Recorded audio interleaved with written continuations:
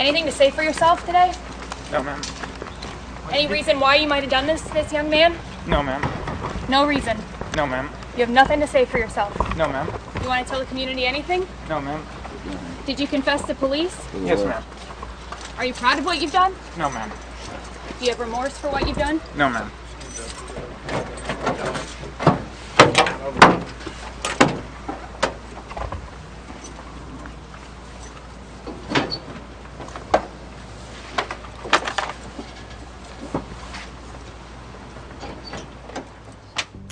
The young man seen politely declining reporters with a series of no ma'ams is the same man who, just hours earlier, executed a classmate in cold blood.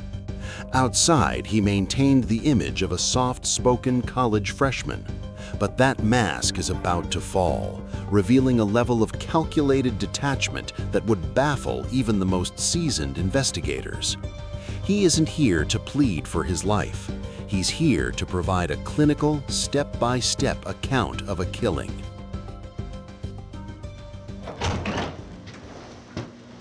Ready? Hey, Jarrod. You know, my name is Under Sheriff J.T. Palmer. And me and you met on the side of Highway 177 in about Sing Road at about 3:12 this morning, didn't we? Yes, sir. Okay. And at that time, you made a couple of statements to me when I put you down on the ground, and then after we got up, I read your rights to you, correct? You read my rights before I got up, sir. Okay.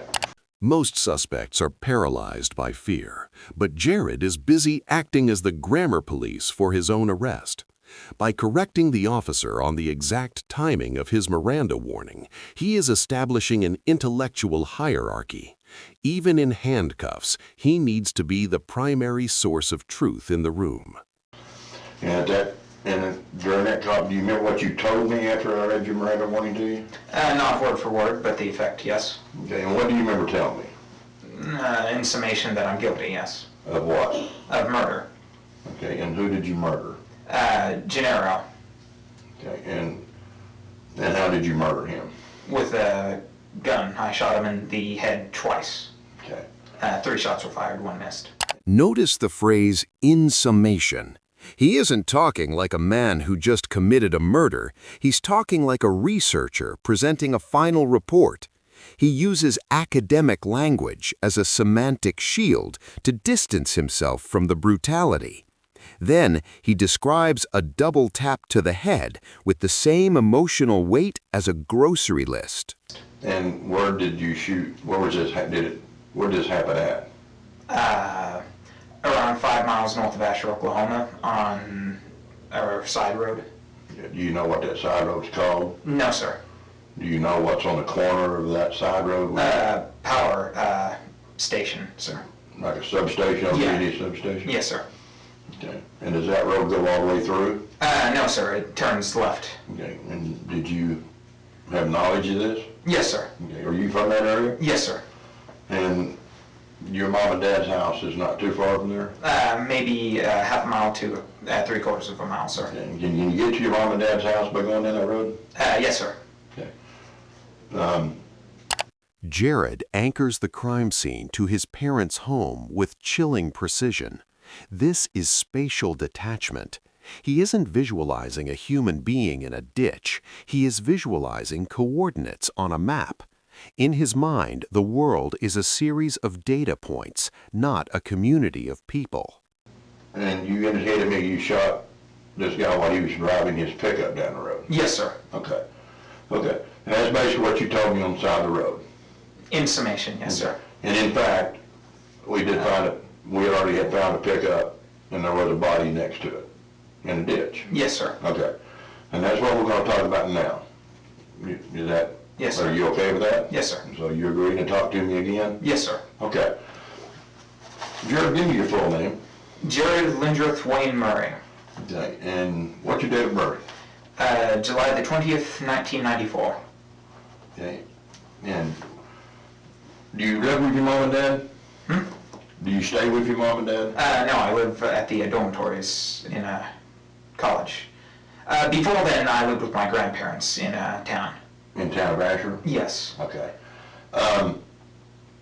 What do you use for an address? My parents' house, yes. And what is that? 400-40055 Ingram Drive, Asher, Oklahoma 74826. Providing a zip code without being prompted is a hallmark indicator of the rigid data-focused thinking associated with his condition. By focusing on being a perfect data processor, he avoids the overwhelming reality of the situation. He is more concerned with the accuracy of his address than the gravity of his murder confession. And the young man that you stated to me that you shot twice in the head, Yes, sir. and his name, do you know his full name? No, sir. I only know his first name. And his first name is what? Generro. I do not know how to spell that, but it is with a G. Okay. The power dynamic in the room shifts here. Jarrod adopts the role of a teacher, while the detective becomes the student. Correcting the spelling of names and buildings allows Jarrod to maintain a sense of intellectual superiority. Towards the beginning of the year, we met in a mutual friend's room playing video games, sir. Okay. And do you take any classes with him, or? No, sir. Okay. So, you know him through a mutual friend, and you guys dorm in the same dorm, Yes, sir. different sections? Yes, sir. But it's literally right down the hall. Okay. And so do you spend quite a bit of time together? No, sir. No, sir? Okay. The pickup that he was in tonight and you was in, was that his pickup or your pickup? I'm fairly sure it was his, sir. Okay, and you remember what kind of pickup that was? Black. Okay, I'm sorry, I don't okay, you don't know, know much about cars, so.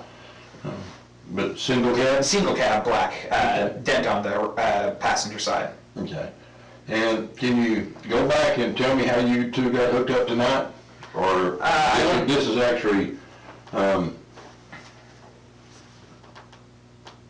we're talking right now, we're at almost 6 o'clock in the morning, so can you go back and tell me when you guys got together? This would have been, Maybe around, maybe around 9 o'clock yesterday evening.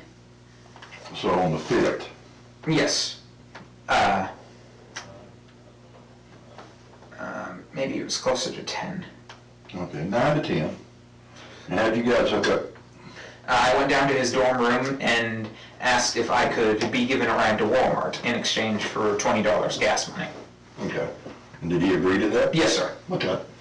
And did he in fact take you to Walmart? Yes, sir. We got in his pickup truck and he drove me to Walmart. And so you're talking about the Walmart in Ada? Yes, sir. Okay. And that's a couple miles from the school? 1.7 miles, sir. 1.7 miles. Yes, sir. Okay. To Jarrod, a mistake of half a mile is an intellectual failure. He isn't arguing for his innocence, he's arguing the math. This hyperfixation on accuracy over morality is a major red flag, showing his complete detachment from the emotional weight of the murder. Can you kind of tell me, when you made this decision that you was going to take him and kill him, why? I made the decision 3 days prior to the incident. Attempted it 2 days prior to the incident, but he was not in his room, and then did so today as he was in his room. Okay. So you've been planning this for 2 days? 2 weeks, yes. 2 weeks. But not with a selected individual, no. Okay. And when did you get to the point where you knew it was going to be him? That was 3 days prior to the incident. And why him? Of all the kids in college here, why him? This destroys any potential defense of a sudden snap. Jarrod had a murder appointment on his calendar for Tuesday. When Generro wasn't home, he didn't feel relief. He simply rescheduled the task. It was a chore to be completed, nothing more. I believed that he would have had the least impact, sir. Impact of on what? I believed he didn't have many friends, or many close friends, I should rephrase.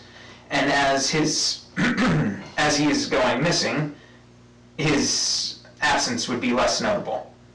Okay, so would have been if tomorrow at school nobody would have thought anything of it. That was the plan, sir, yes. Okay. Jarrod performed a social audit. He didn't pick Generro out of hatred. He picked him because he viewed him as a low-value target with the smallest social footprint. It is pure, lethal utilitarianism. So when you pulled the gun on him at Walmart in the parking lot, Yes, sir. what did you tell him? I told him to take me to Asher. Asher. And did he say anything?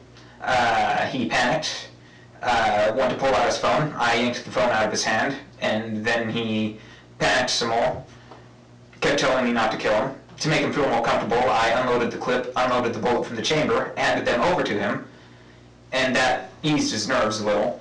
Then I pulled a second clip out of my pocket and set it on my lap. This is a prime example of tactical empathy. Jarrod recognizes Generro's fear, but he doesn't feel pity. Instead, he views that fear as a technical problem. By unloading the gun to give Generro a false sense of safety, he ensures his experiment can continue without a struggle. Okay. And you drove him to, so he drove you? Yes, sir. And did you have any conversation between Ada and Asher? The entire time was a conversation, sir. And was it basically, what, can you tell me what that conversation was? About from Ada to halfway to Asher, it was just my trying to reaffirm him that I wasn't going to kill him to calm his nerves. And then from that point on, we was talking on our upbringings, our past, our family histories, things of more philosophical nature, etc., etc. Generro is trying to humanize himself, to save his life. To Jarrod, this isn't a bond, it's just data for the drive. He listens to Generro's childhood memories while knowing exactly how the story ends in 10 minutes. And so you're driving east, and so I guess at some point, did you decide now was the time? Yes, sir. Okay, and what happened? I loaded the gun quickly, chambered the round quickly, shot once, missed, shot a second time, hit, jumped out of the car, went around. He was driving 10-15 miles an hour, so it was rather slow. Ran around the hood of the car, and of course it was slow when he wasn't purposefully driving. Tried to pull him out, couldn't get him out until he already had hit the tree. Pulled him out there, dumped him into the, before I dumped him into the ditch, I heard him gurgling. I'm not sure if that was a physiological or physical process after death, but I thought that he might have still lived through that somehow, because he was gurgling, so I shot him again and then shoved him down in the ditch. He describes the sounds of a dying man like a mechanic diagnosing a broken engine. He shot Generro a second time to stop a physiological process that was interrupting his observations. To Jarrod, there are no people, only machinery. So when you shot, and he was still gurgling? Yes, sir. So was he setting up when you shot him to hit it again? No, sir, he was lying down on the ground. So you pulled him out of the truck? And just threw him on the ground, and then I heard him gurgling, so I shot him a second time. And where did you hit him the second time? I'm not certain, but I believe the head as well. Okay, the front, back, side? I believe it was the same side as before. Same side as before? Yes, sir. So you think you hit him twice, or you know you've hit him in fact once in the head? Yes, sir. And then the second round is probably in the head area too? Yes, sir. Okay. And then you rode him down the ditch? Yes, sir. And what did you do then? I grabbed his phone from inside the vehicle. I was going to put it on the ground and shoot it as well, but I have a bit of night blindness and didn't see the steepness of the hill where it started to veer down. Mm-hmm. So when I threw it down, it slid down the hill and landed screen side down, so I wasn't able to find its location. The mastermind persona cracks. He is defeated by the sunset and a steep hill. This is the Machiavellian gap. He believes he is a genius, but lacks the basic tactical awareness to handle the messy reality of a real-world crime scene. And there is a stick, it's about 3 foot long, about an inch and a half in diameter. Yes, It's sir. right across the body, but there's a whole bunch of blood on it. Is there any particular reason that stick? It had blood on it? Mm-hmm. It could be because I rolled his body on top of it, because if it was on the side of the hill, his body would have crossed over it. I couldn't think of any reason in particular, though. Okay, so you didn't hit him with a stick or do anything with him with a stick? No, sir. Okay, so that stick just ended up on top of him? Yes, sir. Jarrod is offended by the suggestion that he used a stick. In his mind, a blunt object is unintellectual. He wants his reputation as a clean, professional gunman to remain intact. And as I was finishing that, I saw the headlights from a car pulling over the hill. And he was slowing down already, so I just came out as quickly as I could from behind the truck and flagged him down by waving my hands. And he asked what was going on. I told him that I had dozed off and veered off the road and couldn't get my truck unstuck. Then he was, I don't think he knew exactly what happened, but I think he knew I did something. Maybe stealing, I don't know. But he agreed to give me a ride to Asher nonetheless. This is the mask of sanity. He successfully mimics a vulnerable student to trick a stranger into giving him a ride while his victim's body is less than 50 feet away. And was that your gun? No, sir. And where did you get that gun from? I stole it 2 weeks ago from a man named Daniel Davis, 217 North Division Street.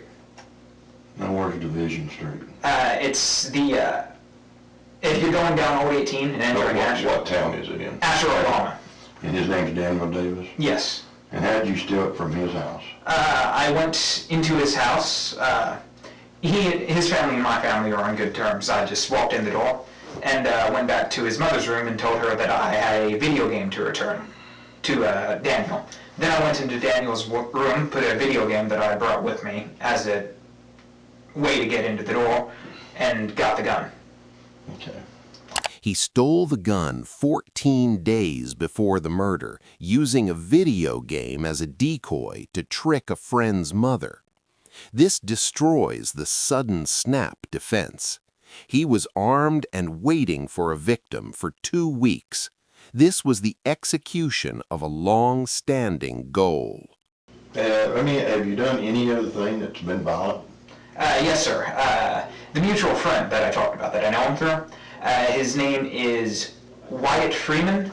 He lives across the hall from me. I don't know his room number. It's directly across the hall, though. Maybe a month and a half into college, we had hung out almost every night, play video games. It was all fun and games, you know. And I was talking to him, and then the topic of fighting was brought up. And then he said, if I got you in a chokehold, you would tap out. And I said, I'm not going to tap out. And then he got me in a chokehold, and I was knocked unconscious. And when I woke up, everyone in the room was laughing at me. And then he said that there was no way I was knocked unconscious in that short an amount of time. The murder wasn't about a grudge against Generro. It was about reclaiming power. After being humiliated and laughed at by Wyatt Freeman in a dorm fight, Jarrod felt he had to prove his resolve through lethal dominance. He picked Generro as a soft target to prove he was still dangerous. And when we was talking before, you indicated to me you did not graduate from... No, sir, I flunked out. Okay, so when you say flunked out, was that because you just couldn't do it, or you just... I didn't want to do my homework. The teachers at the school, as well as all faculty, admitted that I was the smartest person there. They knew I could do the work. I didn't see the point of doing it if they already know, and everyone knows that I can do it. This is the core of Jarrod's identity. He isn't a college dropout in his own mind. He's a genius who is above the system. He views his laziness as a choice of the elite. This grandiosity is what allowed him to feel entitled to take a life. He believed he was playing by a different set of rules than the rest of humanity. I guess I'm just still having a real hard time understanding why. Why him?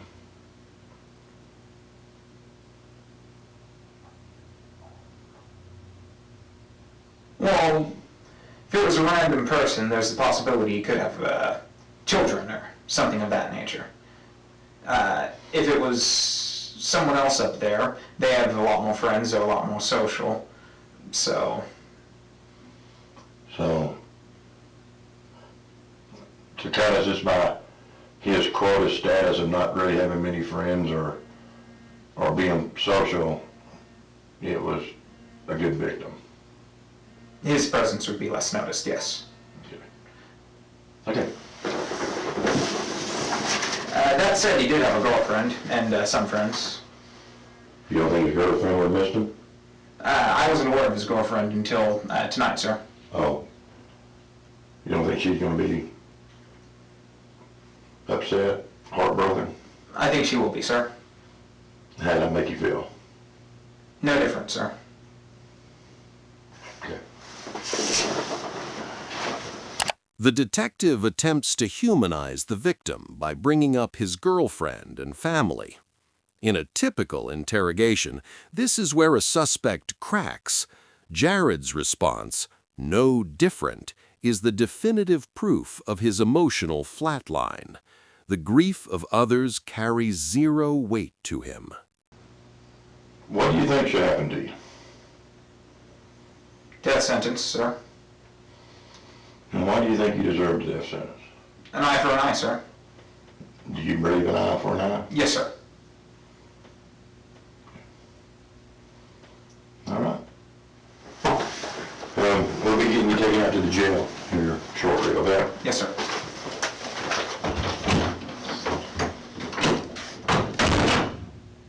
Jarrod doesn't ask for mercy because mercy isn't logical.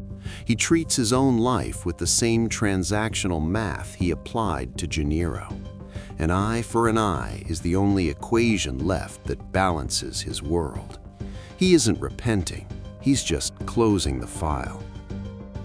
Despite his cold, calculated confession, Jarrod Murray would never see the inside of a prison cell. In court, he was diagnosed with schizoaffective disorder, a condition that doctors claimed left him unable to distinguish right from wrong at the time of the killing. He was found not guilty by reason of insanity and committed to a state psychiatric hospital. But the experiment didn't end there. In 2022, after only 8 years of treatment, the Oklahoma Department of Mental Health determined that Murray was no longer a threat to the public. He was granted a conditional release and walked out of the facility a free man.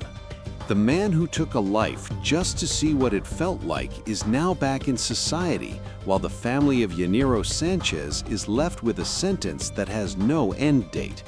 What do you think? Was justice served, or is the system's equation fundamentally broken? Let us know in the comments if you believe Jarrod Murray should still be locked up.